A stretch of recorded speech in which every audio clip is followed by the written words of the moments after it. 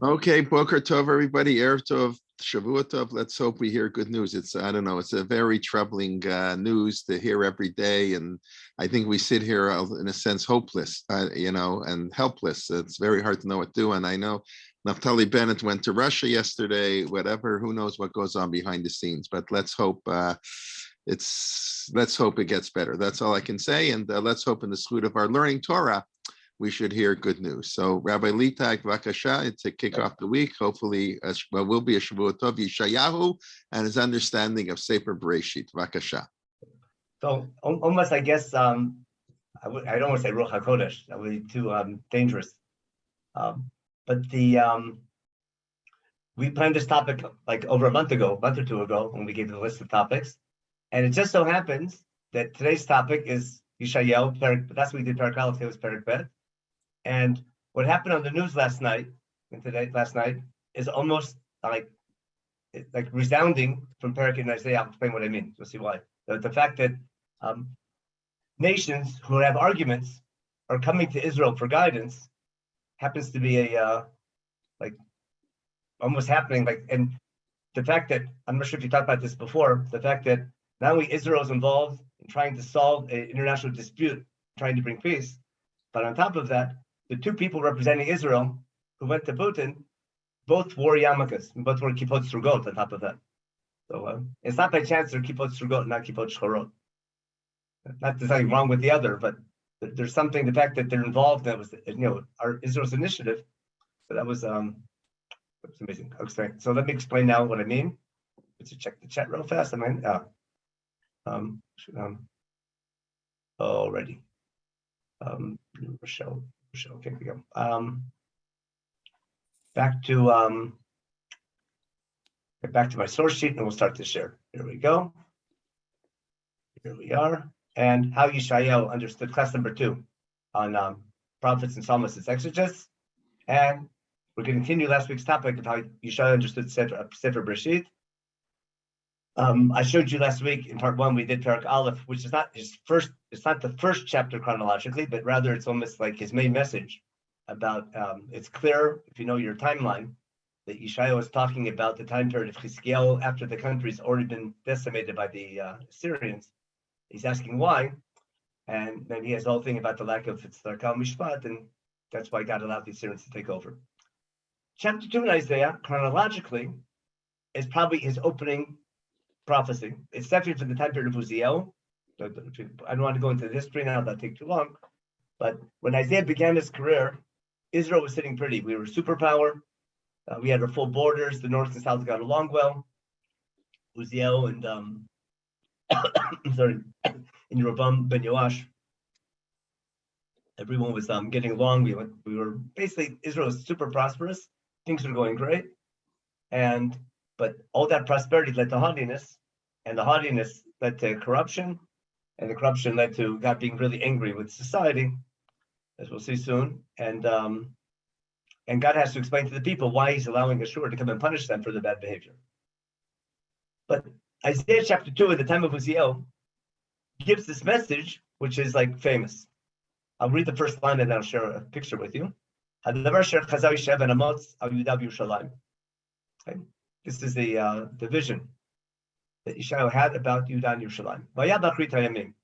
Now, there's two ways to translate Achrit Hayamim. It could be Achrit Hayamim, which is the end of days, or Achrit Hayamim, the end of this process, the end of this. We have the same argument when Yaakov comes and tells his children, I'm going to tell you about Achrit Hayamim. So some Parashim say, in the end of days, the final days of Mashiach, whatever that is.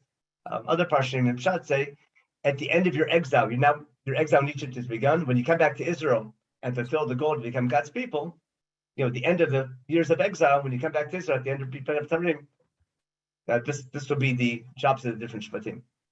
Now, why is Yeshayahu talking about Achrit Hayamim? Because we're so close to a messianic time period. Not the end of days, but the end of a Tkufa where things were bad before, things got really good. Am Yisrael is in a position of international recognition. People look up to us. Our borders are secure. We're not at war with any other nations. There's very little idol worship, and we're basically sitting pretty. we're almost in a position to be God's people, but we'll see in a minute. I mean, we're not going to Yeshayahu now, but things were almost there. We just need to fix it a little bit more, and we've reached almost the goal of Chumash to be a nation in the service of God. Now, Yeshayahu is setting the goal for our national prosperity. If we're reaching maturity as a nation, and things are well, but what's the ultimate goal once we reach that situation? He says, at that time, Har HaBayit, which has the Beit HaMikdash, will be established, right, on top of the mountains.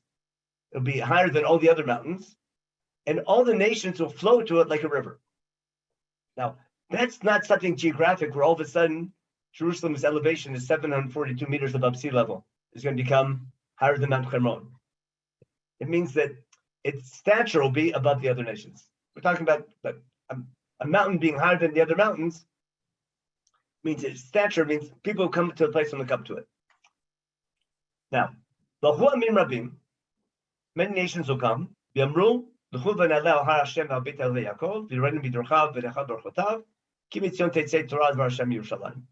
a famous song and often misunderstood. I'm pretty sure our custom is to sing this with the first hakafa, isn't it?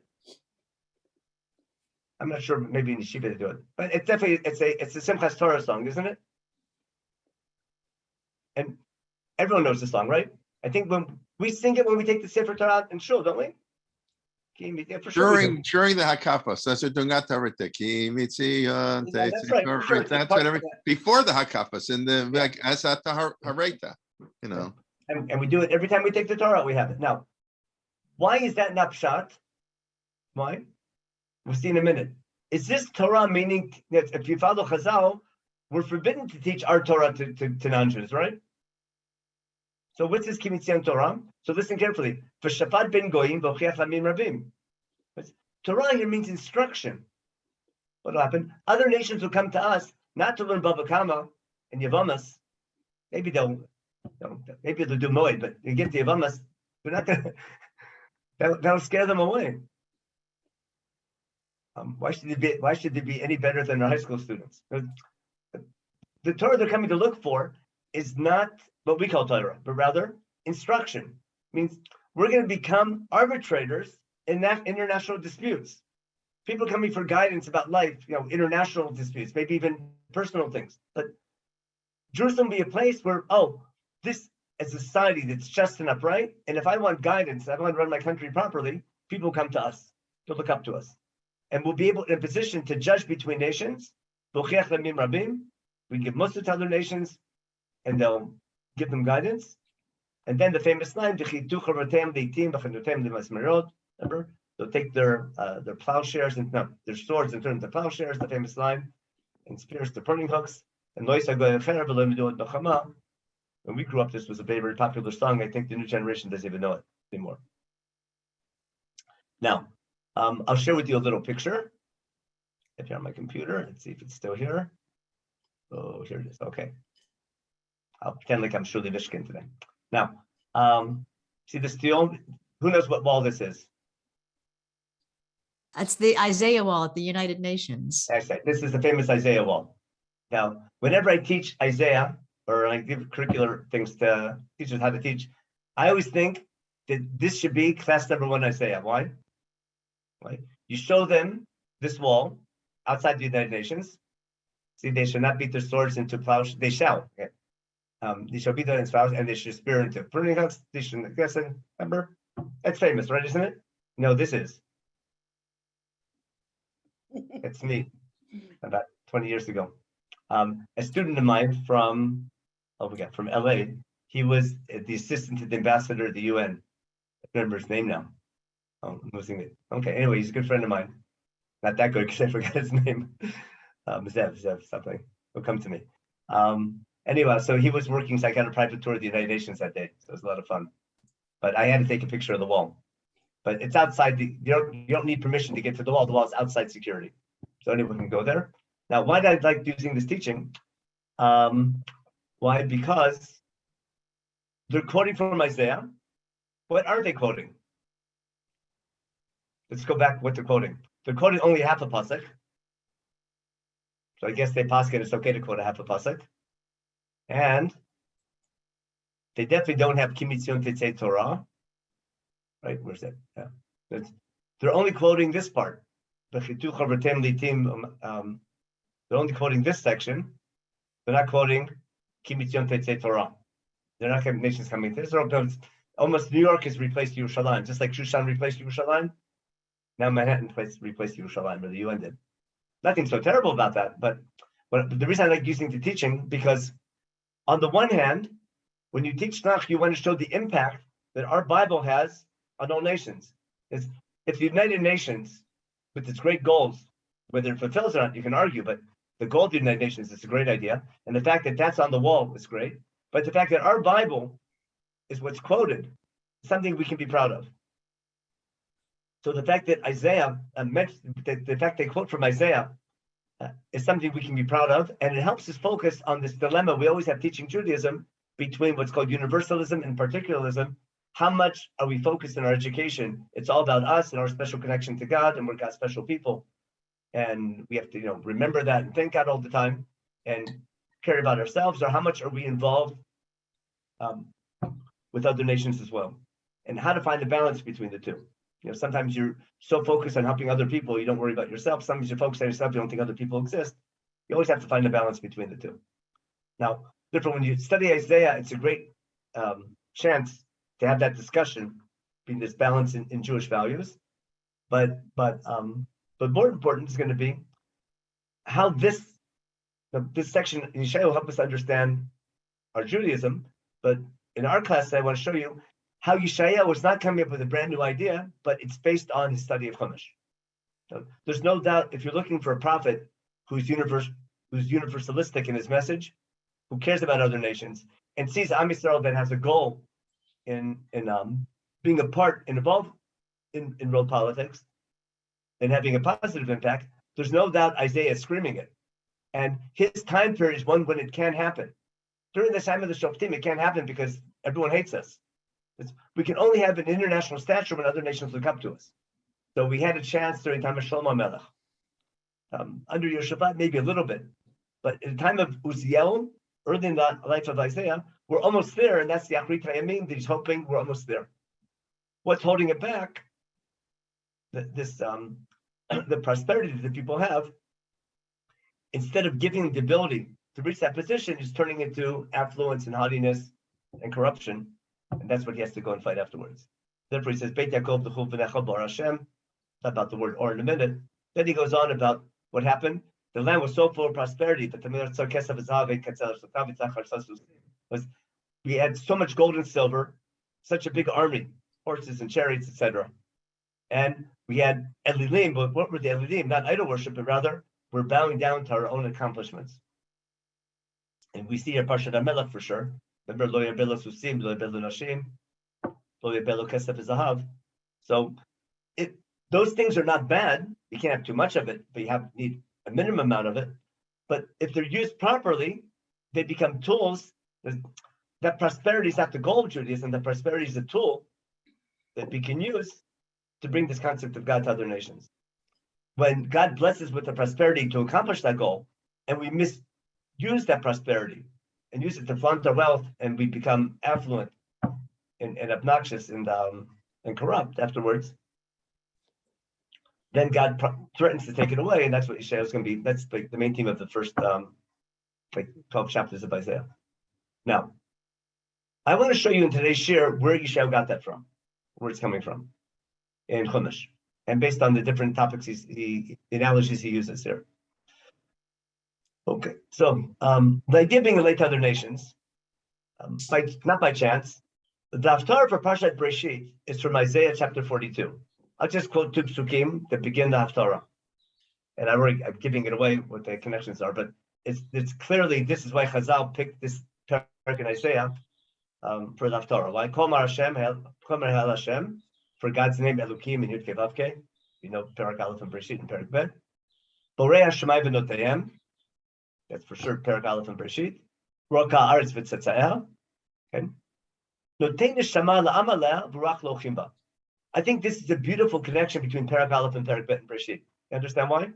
First, Ha'el, Yud Kei Vav Kei. Parak Aleph, Parak Bet. That's Perek Aleph. Notei neshama. Everyone know the first time we have the word neshama? So let's read real fast. I'll share a Tanakh. Vayipach ba'apav. Right. And when God makes man in the beginning of Gan Eden, what does God do? I'm sure you know this by heart, but I'll share my screen real fast. And I didn't share my screen. Recording in progress.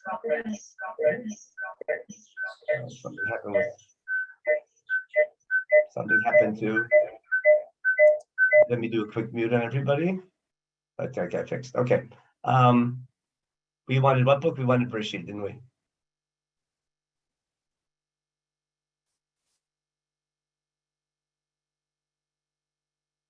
And I'm trying to show you that it's not by chance that Chazal picked this Haftarah for Parshat Bereshit, because Yeshayahu is building a theme on Sefer Bereshit. What happens? Elu Torah Shemaim Ba'aretz Bibaram. Got it? We got to make Shemaim Ba'aretz. Nothing was growing, right? Because I need, man. Yeah, here. Then Veda Lamin Aretz and Vayitzer Hashem Elohim Adam Afar Min Adama Vayipach Bapav Nishmat Chaim V'Adam Nefesh Chaya. Man is sort of the connection between Ruach and Adama. So God makes Afar Min Adama, He makes man. And in fact, when man dies, we take Ether, and we take the Afar from the Paraduma. Relates to this idea of life and understanding life. But the idea of neshama, if I'm not mistaken, is unique to humans. Right? Every living thing has a nefesh. There's nefesh chaya. Neshama almost every time relates to human beings. Now, neshima means breath. Every animal breathes. But the concept of neshama here is unique to God making man, a man who can have a relationship with God, who's being commanded by God. Now, so Sefer Bereshit is the story of creation. What's Isaiah saying? If I go back to Yeshayahu, what happens in Sefer Bereshit? God makes man, then He makes mankind or humankind, then He picks a nation to serve Him, and He makes a relationship with that nation. So Sefer Bereshit is the book of Yitzirah, of creation. God not only creates man, He creates civilization, and He makes a treaty with the nation, and gives them and makes a treaty and gives them, what do you call a job to do. Now watch what happens. What's He saying here? God gave an neshama la'am aleha. The concept of a nation starts in Sefer Bereshit, doesn't it? And develops in Sefer Shemot. So God not only gives an neshama to the individual human being, Tadam Rishon, He gives an neshama to a nation. Now anyone knows their basic Kabbalah 101, or basic concept of what's called Knesset Yisrael. We treat the Jewish people as one neshama. It's called Knesset Yisrael. God has a relationship with the people. We're Am Yisrael because we're part of a greater whole. Some people say that's why we give Machzit HaShekel, because everyone's a fraction of something greater, something bigger. So it's not, the nation of Israel is one unit, just like a human being. It's not, I can't cut up a human being into 20 pieces and put it back together again. It's one neshama, and the fingers and the legs and the arms and the organs are all part of one neshama. So in the same way, all Klal Yisrael, all the people are one neshama, and we're all basically one. We have different, each one does something different, but we treat Knesset Yisrael as one organic unit. So what did God do? God gave a neshama not just to man, but He gave a neshama to a nation, and gave them ruach as well. And then what did God do? Ani Hashem, I called upon you to be righteous. What else did I do? I took hold of you.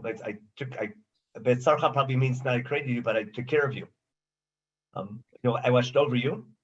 And then the brit am leorgoyim. What did I do? I put you into a covenant between God and the people to be a light to other nations. Now there's an argument among the Parshanim. I'm explaining the way Rataka Parshanim does, and a lot of Parshanim. Other Parshanim understand it differently. But I think the simplest understanding is that God created not only creation in Perek Aleph in the beginning of Bereshit, but He also chose a nation and entered in a covenant with a nation by doing righteousness to be a light to other nations. Now, that's commentary on Sefer Bereshit, isn't it? I'm taking key phrases and ideas from Sefer Bereshit. I'm tying the two halves of Sefer Bereshit together, as we'll see soon. Now, to open up, it doesn't mean we all have to be ophthalmologists. But the ability to see is not just someone who's blind, but someone who doesn't see God. To give other nations the ability to perceive God. You can't see God, you can perceive God. And take people out of trouble. Not everyone being just, it's not we have to be people getting people out of jail, but people who are in trouble and stuck, or people who don't see God, don't perceive God, don't perceive the values in life. If we're able to get them to open their eyes and see and perceive those things, then we've accomplished something. Ani Hashem, I'm God. That's my name. That's my reputation. I won't give my glory to others, and I won't let people glorify idols. Instead, I'm the one that has to be glorified. Anyway, I want to show you in a minute why Isaiah is getting this idea from Sefer Bereshit. Now, similarly, what we have, the opening line of the Haftarah for Parsha Vayikra, for Sefer Vayikra, the first Parsha, Amzu Yetzarti, I formed, remember the word Yitzirah, Vayitzar Hashem Elohim Adam Afar Min Adama, we saw the pasuk before. For what purpose? Tilati Seper, it's our job to sing God's praises. For Rabbi J, you're in Psukkah December now, aren't you, in your Chumash thing? We fulfill that Not every quite, day. not quite. Hopefully in a couple of weeks. We go very slowly. Were you still in Karbanas? You're still in Karbanas, yes. Well, that's here also. There's lots of fascinating stuff, but we're still in Karbanas. We read this on Vayikra because it talks about Korbanot, without going to connection to Korbanot here. God's complaining why we're not involved enough in our mutual relationship. Now, I simply want to show you that this idea of being a light to other nations, and God chose us for a purpose, but there's a connection between our being chosen and God's creation of all nations, is something that comes through in Isaiah's prophecies in many places. And I want to show you now where it's coming from Chumash. Okay? Now, in Sefer Dvarim, Parakeh, Moshe begins his speech, reviews the Ten Commandments.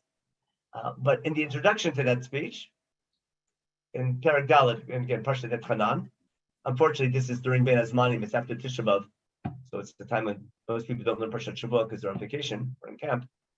So, Atayisar Shmalach Hukim Al Mishpatim, listen to all the laws I'm going to teach you later in Sefer Dvarim, so that you can stay alive and be worthy of God helping you conquer the land that He promised your forefathers.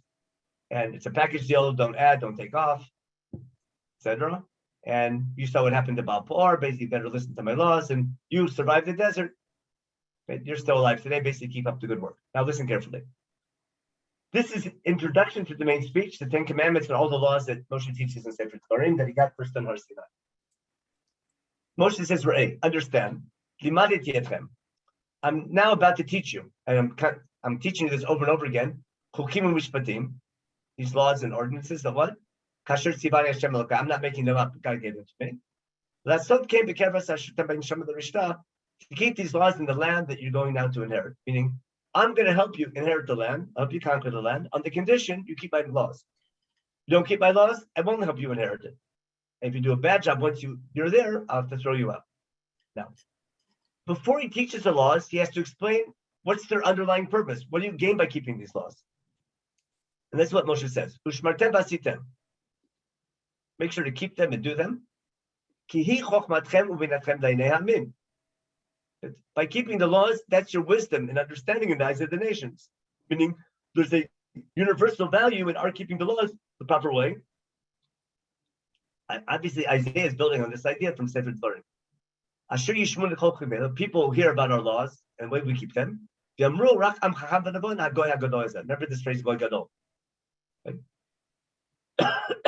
Only notes, this nation is wise and their laws are just, and there's something special about this nation, the way it's acting.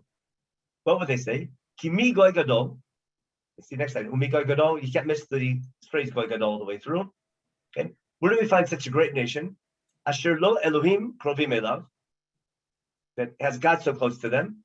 Now, if anyone has a question why sometimes Elohim can be referring to that it's our God, again, going back to Sefer Bereshit, there's lots of gods. People think there's many gods, but all those powers are really all stemming from one power, from our God, from the one God. So where do we have a nation that is so close to this God? Yud Kevav Ki Hashem, our God, whenever we call out to Him. If we turn to God and He answers our prayers when we're worthy of His help, so that will sanctify God. Where do you find a nation that has laws that are so just and upright? Like all this Torah, which are the laws in Sefer Devarim and the Ten Commandments and all the laws of social justice that have developed and we saw before in Parshat Mishpatim, which I'm teaching you today in front of you. Okay. Then be careful, make sure not to forget what happened in Har Sinai. And he goes on to the story of Matan Torah. Now, who can tell me why is Sefer Devarim mentioning this word Goy Gadol so many times? It's real simple. I just want somebody to make sure you guys are following. Okay. Why would Sefer Devarim use the phrase Goy Gadol? Why not Goy Kadosh? So, yeah, Ruth? Abraham. He told Abraham, I will make you Esra Goy Gadol. And when did he tell that to Avraham Avinu? Lech lecha. And did he ever talk to him beforehand? No. That's it. The very first time God speaks to Avraham Avinu, God explains why you're chosen. Now let's read that for a minute. Let's go back to Sefer Bereshit again. First, I will show you Devarim is a commentary on Bereshit, but Yeshayahu's commentary based on Devarim is also based on Bereshit. So, watch this. Let's go back to Sefer Bereshit. We're in chapter 12, right? Okay. This is the first time God speaks to Avraham Avinu. Okay. The first thing he tells him is Lech Lecha, right? Start a journey wherever I show you. Okay. Now, think logically, what should follow next? If someone tells you begin a journey, I can't ask where to go. God says, I'll show you where to go. But logically, one of two things could follow. It could follow by what's the reward or what's the purpose? Is that clear? Someone tells you, do something, right? Someone says, I want you to go somewhere. I could be wondering, what's the purpose of the journey or what's the reward of the journey? You follow? Now let's listen. What does God tell Avraham Avinu? God tells Avraham, I want you to begin a journey. For what? I could understand that's the reward if you take this journey, or maybe that's the purpose of the journey. You understand the two different ways of understanding it? Is our being chosen reward for obedience, or is our being chosen for a purpose? And therefore, I'd rather read this as God to explain to Avraham what's the purpose of your chosenness, because I want to start a nation. Read the rest of the Chumash, it's clear that's the meaning. Okay? And I'm going to watch, I'll bless you. I'll make your name great, and you'll be a blessing. Because you can bring blessings, we'll see in a minute. I'll bless those who bless you, curse those who curse you. And through you, I can bring blessing to other nations. Which means, if you become that great nation, and you have a name, as you become famous, I make your name great, then you can make my name great. And if you can make my name great by how you talk and how you behave, you can spread the concept of godliness to other nations. Not all nations have to be Jewish, all nations should be good. If they have a nation to learn from, remember we saw in the story of Storm last week, the thing that if there's 10 righteous people who care about what's going on in Ukraine, if there's 10 righteous people who care about injustice, then that gives God a reason to save the entire community because there's hope for it. But if people don't care about what's going on, then I have to spend tzadikim rasha. Meaning, God can punish a society which is corrupt, but if he sees there's a chance of recovery, if society can fix itself, there's 10 righteous people who care about injustice, then that gives God a reason to save. That's what God shares with Avraham Avinu, because that's right before him, we saw last week. That's why he was chosen to teach his children, their children, to keep the ways of God doing tzedek and mishpat. So the way I think Isaiah's understanding Bereshit and the word Goy Gadol, like Sefer Devarim does, that the reason God picked Avraham Avinu is in order to become this nation that can sanctify God and have an impact on other nations. But to do that, what do you need? You have to start a nation. To have a nation, you need land. Therefore, God's going to promise Avraham land. You need to have children. You have to have an ethos. You have to have something to pass on to your children. You have to have an identity. The rest of Sefer Bereshit is who becomes that nation, who's chosen, who's not chosen, who become the 12 tribes, and why we need tribes, a whole topic in itself. But the opening line of God picking Avraham Avinu begins with its concept of a nation. The rest of the book talks about God's covenant to make sure that nation will develop, but it has to develop in someone else's land. Remember, only afterwards we'll get the land. First we become a nation. First we enter a covenant with God to be his people, and then we're going to get our land after we have our values. We have Brit Milah. He'll be our God, will be his people, but it has to be based on our good behavior and our righteousness. Yeah, Now, can I ask something? yeah, Maybe sure. when it's written Goy Gadol, it doesn't mean by the numbers a big one, but important, because we always were the smallest nation around us. So Goy Gadol means, to my understanding, more important than by numbers. Well, it looks like someone was listening to you. Want to see who? Remember Moshe Rabbeinu? One second, where does he say this? Yeah. Where was it? Wait, I lost it. 1 second. Is it here or? Give me a second. Maybe it's chapter 7. 1 second. Yeah, here. Here. Ki am kadosh. This is in Sefer Torah Perek Zayin. Okay. Ki am kadosh atal Hashem Elokecha. Your nation separated. This is Har Sinai. Remember? Okay. V'cha b'char Hashem dod lo lam skula ko'amim mikol al pnei adama. That's Har Sinai, isn't it? That's the Brit Sinai. Lo merubchem mikol amim. Not because you're so numerous, God chose you. Okay. Atem amad mikol amim. You're the smallest of nations. Oh. But you're right. Right. That's exactly what you said, right? And that's why God chose you to keep His laws. Okay? And God will keep His brit with who? With people. Shomer brit chesed l'alav shomer mitzvotav. But you punish those who go astray. Therefore, our Goy Gadol can't mean a numerous nation with lots of people. It has to mean an important nation, like you said. Yeah. But your ideas are supported by Moshe Rabbeinu, which is pretty good. Now, again, there's no doubt that's how Sefer Devarim understood Sefer Bereshit. I think that's why Yeshayahu, that's why Devarim used to like the Goy Gadol. But the idea of being a light against other nations, we saw again before in the in that other line. So let's continue now with our sources. Okay. Now, the same idea in Devarim, again, what we said, when after all the laws of Devarim, this was the introduction to Sefer Devarim. Remember, this is the introduction to the speech in Devarim, which began in Perek K and goes to Perek Chavav. When the speech is over, there's the famous Torah, if you don't listen, you punish. But if you do listen, keep all these laws, which I'm commanding you, then you get all the blessings. Remember? I'll bless those who bless you, and you'll be blessed if you keep my laws. Etc. Again, God will help you defeat your enemies. Then God will give a blessing in everything you're doing, all your prosperity, and He'll bless the land that you're living in. And then He'll establish you as a nation separated to serve God as He promised your forefathers. On what condition? Remember, Derech Hashem we saw in the story of Sdom doing Mishpat and Tzedakah. So you see the condition, but the goal. Okay? Then other nations will see that God's name is associated with you, and they'll not fear you, be afraid of you, but they'll be inspired by you. They'll be in awe of you. You'll be in a position where you can have an impact on other nations. Again, that's a theme that we see in Sefer Devarim for sure. Now, Sefer Devarim understood Sefer Bereshit. So Yeshayahu has support from not just from Bereshit, but also from Devarim.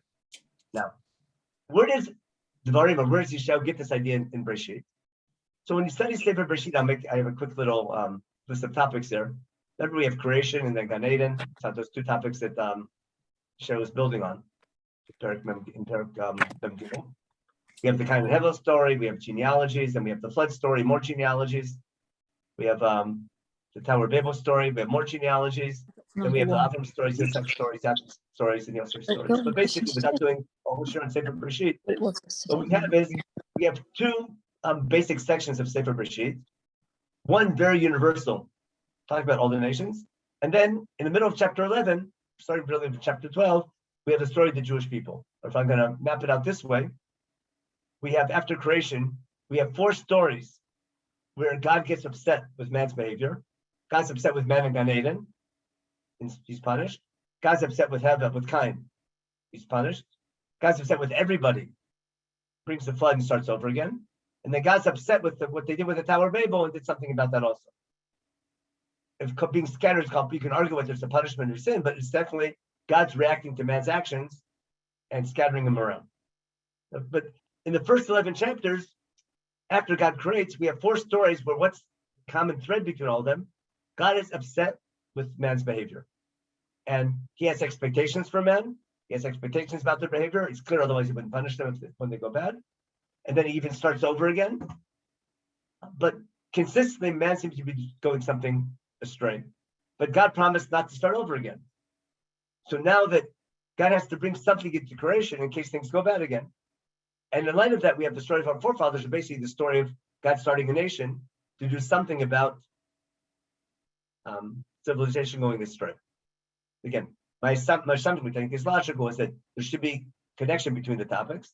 Therefore, the first section about God's, I call it divine retribution, or that God's hashgacha, God not only created, he watches over his creation, but his hashgacha is a function of man's needs. And that ties together all the stories after creation, the first 11 chapters. And then we have the story of God choosing a nation. This is all basic analysis of Sefer Bereshit, which I'm sure we've done before. Now, what's really interesting, in a minute, that each of the sections begins with a set of genealogies of 10 generations with 3 sons at the end. Remember in chapter 5, which begins the story of the 70 nations, and basically the story of the flood.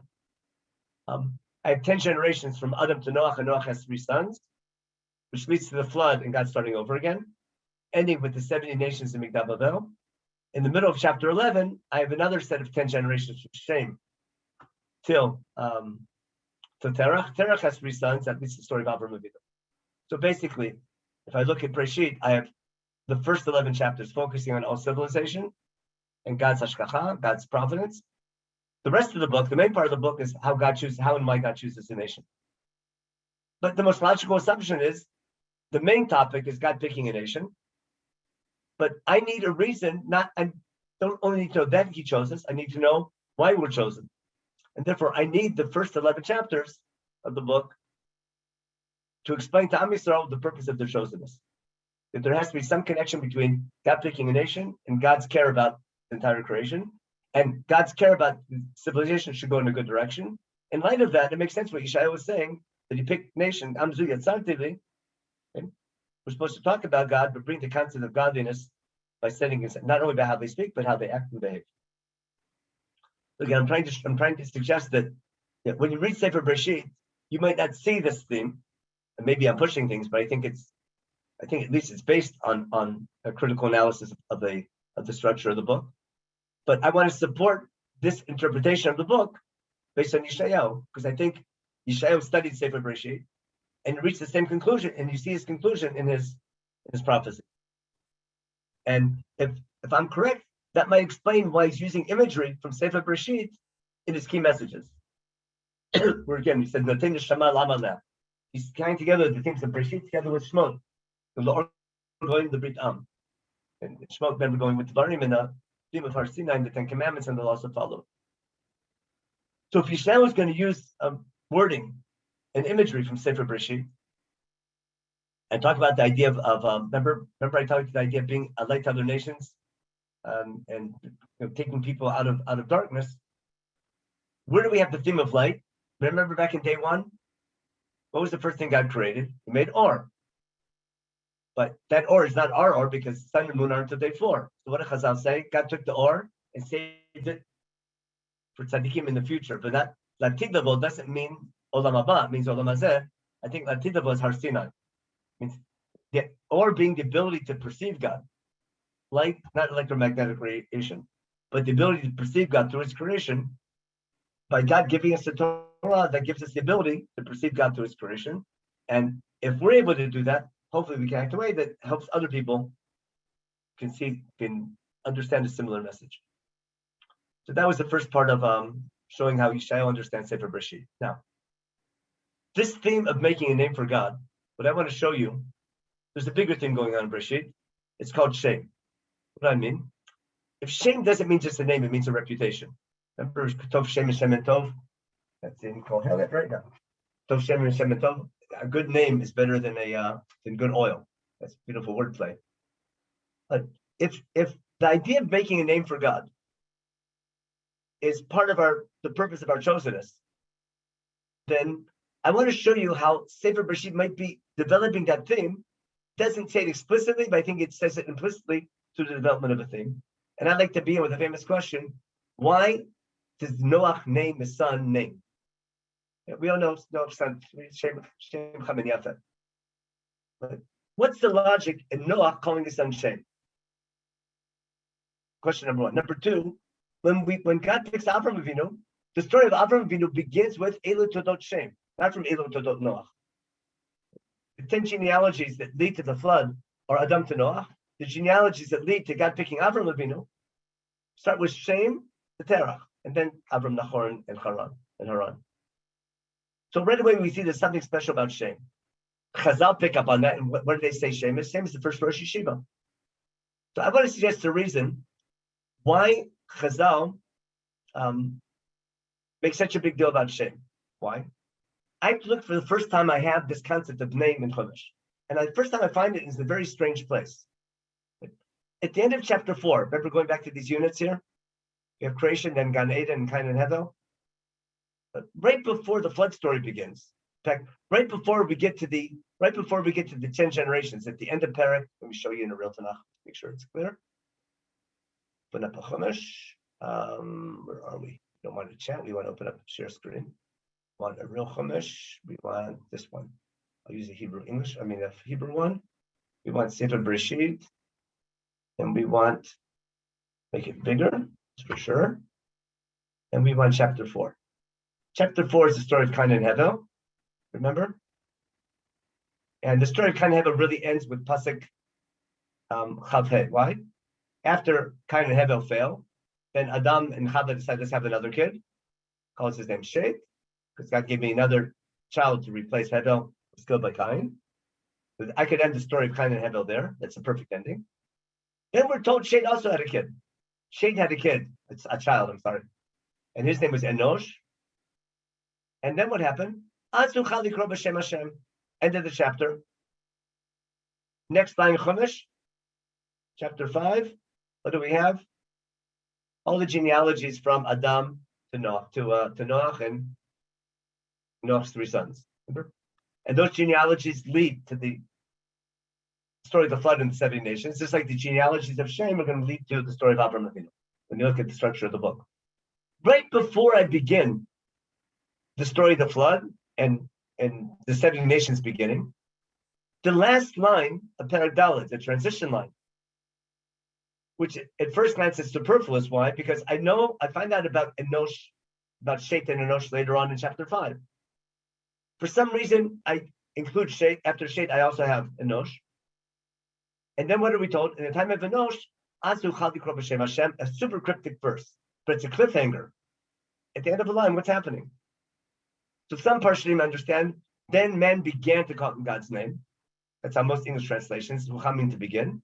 And Vanessa points out, or brings it the possibility in many Parshanim, that Rucham Miloshin Chilul, meaning God, then man began, man, then God to profane God's name. That's how Art Scroll translates, that's how Rashi translates. Miloshin Chilul, meaning then calling out God's name became profane. Got it? Now, it's totally unclear, it could go either way. But if the phrase Likro B'Shem Hashem is going to come up again in Sefer Bereshit, then maybe this cliffhanger line at the end of this important unit, at the transition to the next important unit, maybe it's coming to set the stage for a bigger theme in Sefer Bereshit. Now, because this leads to the story of the flood, that's why Chazal understand that man began to profane God's name, or not find God, or not serve God properly. Later, we're going to find Avram calling God in God's name. That'll put the icing on the cake. But either way, the Likro B'Shem Hashem becomes, again, this cliffhanger and the transition between the stories of creation, Adam and Chava and Cain and Hevel, and then the story of all nations that leads to the flood and recreation after the flood. Now, if I go back, that's the first time I have Shem. So again, where do we find Shem? Let me share my screen. Go back to my main screen. Where do we have Shem again? We have Azuchav there. When Noach all of a sudden has 3 sons, one is named Shem. Now, anyone remember, this is a lot of fun. Who remembers how old Noach is when the flood begins? 600. How do you know that? It tells us. Yeah, it says so. That's right. That's if Rashi said so, people would know, but Chumash says so, people don't pay attention. How old were most people in Perek? How old were they when they had the first children? They were 70, 80, 90, 100, 120, maybe 180, but they're I mean, you live to 800, 900, you can wait till, Wait till 100 to have your first kid. Now, unlike anyone else, how old is Noach when he has his first child? Anyone remember? It's a pasuk also. Anybody knows? Oh, I'm surprised. Okay, now we have to read it inside. See, it's a shame. If it wasn't in Chumash, people would know it then, because Rashi would tell us. Chumash tells us we don't know. Look what happens in Perek Vav.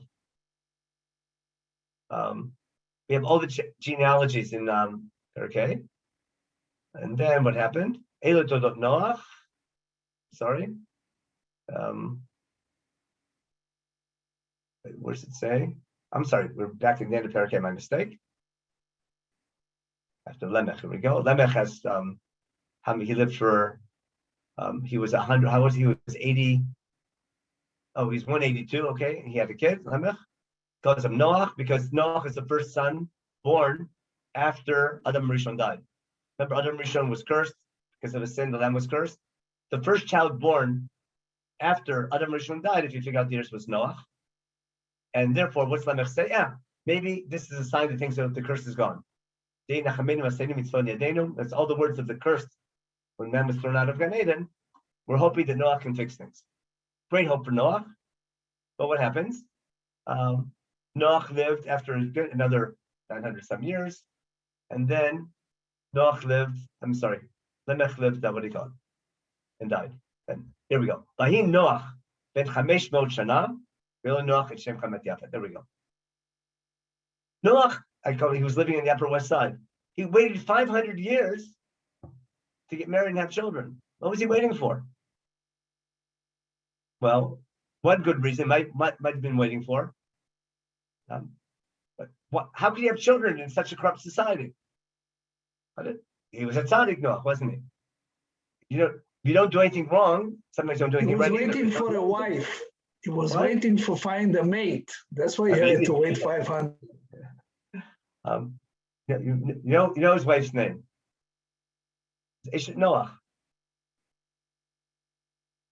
Noach was Eshet Noach's husband. No. Just like Manoach was Eshet Manoach's husband. Now, I'm sorry. Noach.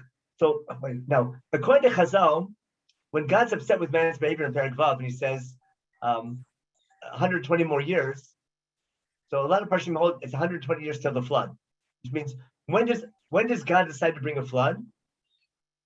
120 years before the flood, which means how does Noach is 480 when God decides to bring a flood? Got it? And he doesn't have kids until he's 500. Means what? Noach's waiting to find out about the flood before he has children. That's my point. Means Noach's waiting to have children for sure. But it seems like he doesn't have children until he finds out about the flood.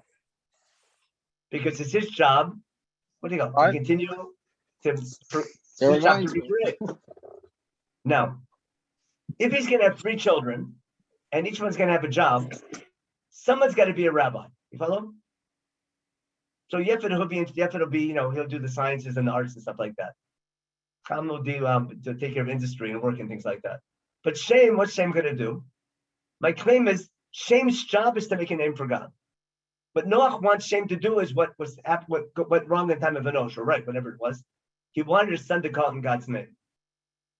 And therefore he called him Shem, because remember when people give a Torah at the bris, why they named the child that name? It's your hopes for the child. Noach wants Shem to be a rabbi. And it worked, he became a Rosh Yeshiva. Now, what happens when the flood's over? Okay, we know what happens. Noach, what he got a little too drunk, whatever it was. And what happened. And then he curses, Ham and Canaan, etc. And who does he bless? Who gets the blessing? Tell me. Shem. Shem gets the blessing. Okay, that's what everyone thinks. No, let's yeah. See what Chumash says. No, I mean, Yefet gets a blessing. There are 2 I'm blessings. sorry. The source sheet was right here. What does God say? Source sheet. There we go. Okay. Sorry. Vayomer Baruch Hashem Elohei Shem.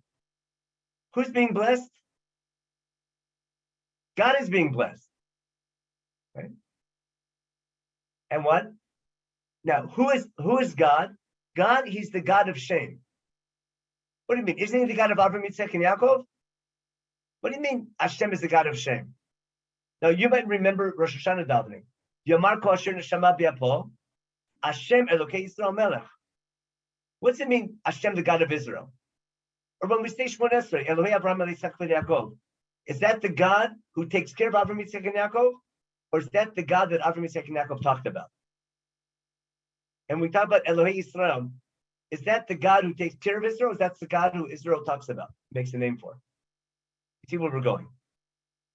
Meaning, my point is, when Noach says, Baruch Hashem Elohei Shem, who is Shem? Shem is simply the son who talks about God. And therefore, whose God is he? He's Shem's God. He's everyone's God.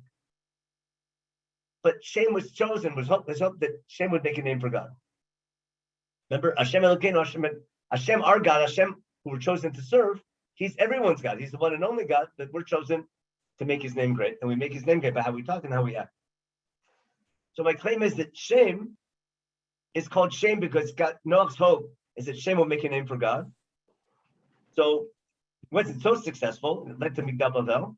But one of his great-great-grandchildren, 10 generations later, he's going to have a grandson named Avram, switched later to Abraham. And what's Avram going to do for a living? Take a wild guess.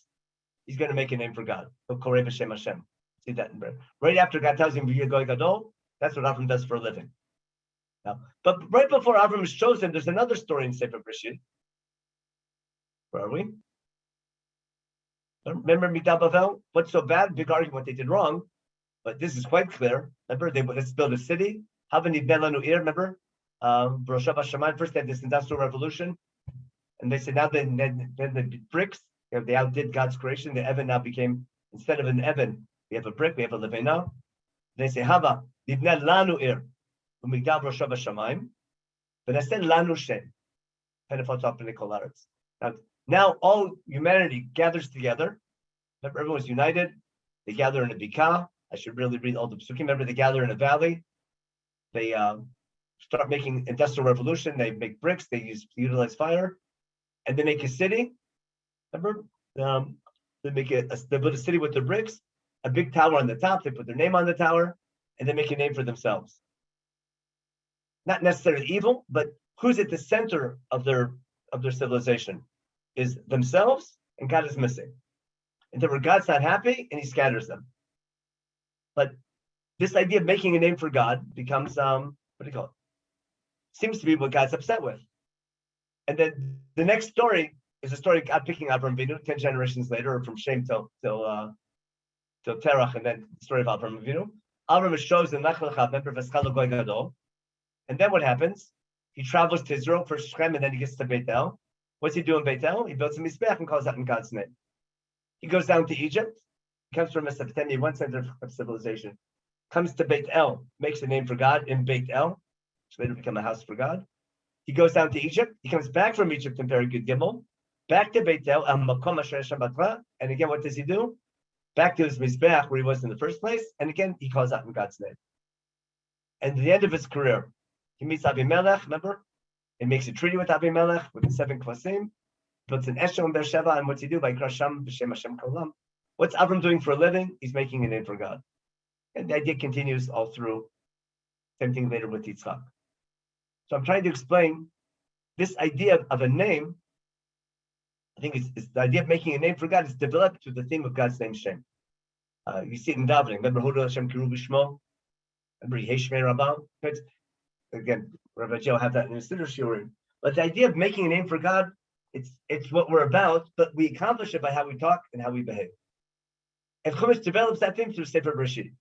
Now, why am I going to go back now, full cycle back to Isaiah chapter 2? What's God hoping for? Let's go back to the opening line of Yeshayahu. I'm sorry there.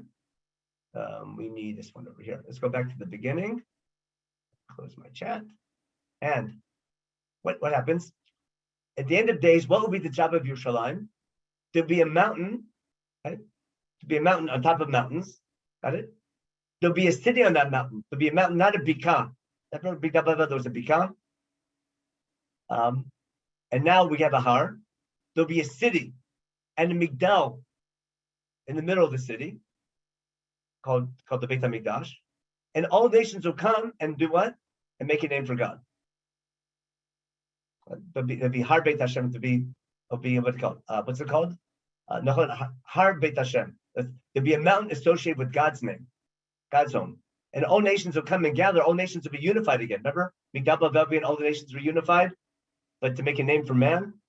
Now they're unified to make a name for God. So what I want to say is that it could be that Yeshayahu is using this description of Yerushalayim, almost fixing, but wrong with Migdal Bavel. There's a value in unity if all nations come together, but it has to be for the right reason. Not to make a name for man, but to make a name for God. And then spread that message out. Remember,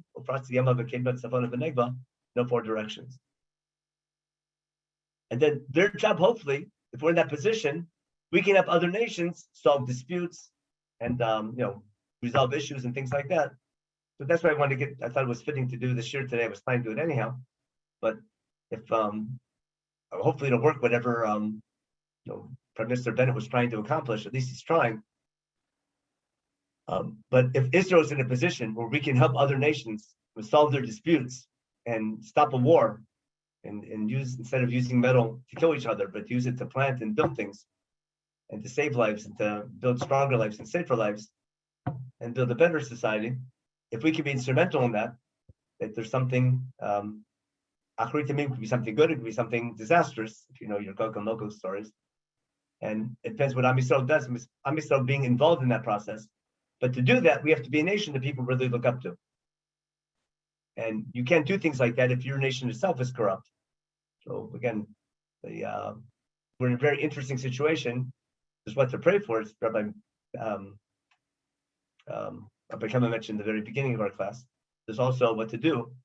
And if something like this works and we can be instrumental, I think we fulfilled some things that Isaiah was hoping for.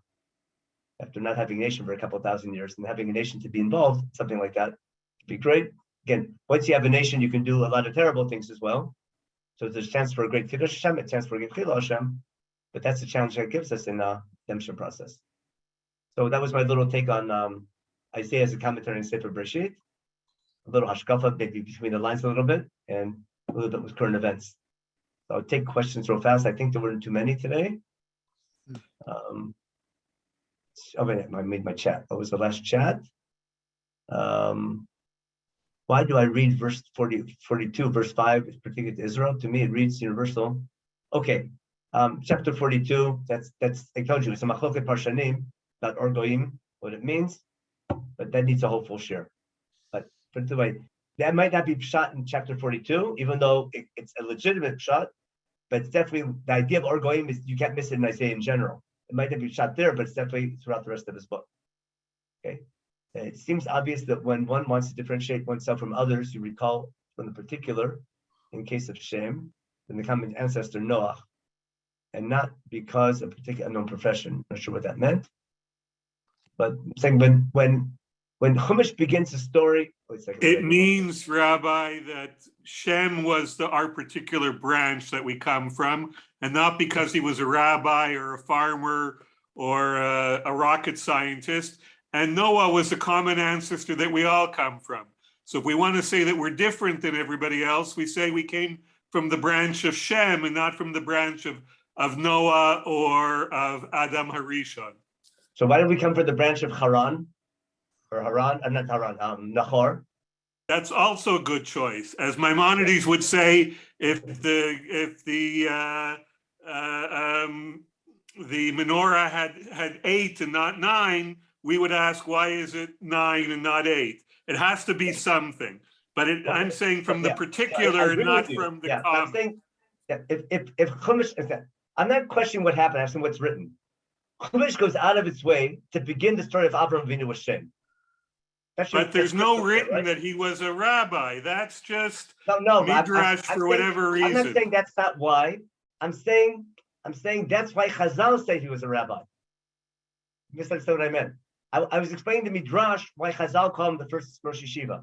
I'm not basing the shir that that Shem was a Rosh Yeshiva and therefore God picked Avraham Avinu from his offspring. No, saying why does Chumash begin the story of Avraham Avinu with the Toldot of Shem And why is the phrase Kriya b'Shem Hashem so central in leading to the flood? Why is Noah calling his son Shem and saying Baruch Hashem, Hashem, the God of Shem, which means Shem did talk about God. That's clear. When Noah says Baruch Hashem Elokei Shem, that means Shem is the son that talks about God. So and I'm being more basic. That I'm going to the basic thing, which was this is a differentiation. Just like I'm saying that water is necessary for life. It can be cool, it can be clear, but those aren't the main things. The essence is this is a differentiating point. Yeah, period. But even at that, but why is the name Shem the differentiating point? But Chumash isn't telling you what happened. It's going to explain why you're chosen. And if Chumash begins a genealogy and differentiates and gets such a crazy, strange name for our key descendant that we're coming from, it's not just for technicality that there was 3 branches of thing and we're adopted from Shem. It's really cool because when you hate a Jew, you're an anti-Semite, which is awesome. I mean, that's something from the 1800s. But the fact that the non-Jews associate us with Shem, there's something like prophetic behind that. That of all people, there's a third of the world population are from Shem. But then we're going to get into a discussion of what language meant when Shem was Shem, when pre-Hebrew and the rest of it, which I don't think is fruitful. Okay, it might not prove, but it's definitely it's possible at least. Saying and Avram calls out in God's name, like Rabbi Shem Hashem and things like that. So there's so many things like that. I'm just trying to show you if it was only one of these things, fine, but there's so many of this idea of Shem. It's so central in our davening. Kriya b'Shem Hashem is everywhere you turn. And the idea of making a name for God, you see the theme later in the Devarim. You see the theme in Isaiah. I'm trying to show you that I'm not saying this is the only. But Rabbi, even calling God Hashem is something that came later in history. We know we use the actual name for God for many generations and throughout time. So to anachronistically put the idea of Hashem as Shem of God is in itself an anachronism and ahistoric. You have first Hashem is Moshe backwards, in case you never noticed. Like Noach is named backwards. But I think Hashem you have it a couple of times in Chumash also, I'm pretty sure. Not only there. Hashem Agadol, I'm pretty sure you have Hashem, pretty sure, I'll double check it. But all I'm getting is I'm trying to support, I agree, it might not be exact that way, but I'm trying to support that if Isaiah sees this theme of making a name for God in his prophecies, and you see that theme developing in Sefer, remember, Shem Hashem Nikrai Lecha. We saw that in Sefer Devarim, and that word Shem is so central in Breshit. I think it's more than by chance, a technicality. That's all. Already. Okay. Okay, Lincoln Pastor Doctor days. Okay. Already. Go ahead, Rabbi. Okay, thank you. Please God, we'll see you next week. Should be a Shavua Tov. And tomorrow at 11 a.m., you know, the world of Islam is like a different world. There was an article in the Globe and Mail yesterday, the main national paper here, that what's going on in Ukraine makes the Muslims look good. You know, Muslim terror, nobody talks to, it's no longer, oh, every terrorist is a Muslim, whatever. Anyway, tomorrow, Lindsay Guhertz continues her series. We're close to wrapping up on what Jews should know about Islam, 10-part fascinating series. That's tomorrow at 11 a.m. And tomorrow evening at 8:30, Mark Shapiro continues his series on rabbinic responses to the rise of reform. Tuesday morning, Aaron Kohler, his class on Megillat Esther. Rachel Sharansky-Danziger at 11 a.m. on Sefer Shmot, the ins and outs of liberties, who of course comes from, I mean, she was born in Israel, but her lineage is from the Ukraine, and she spoke about that last week for those who are here.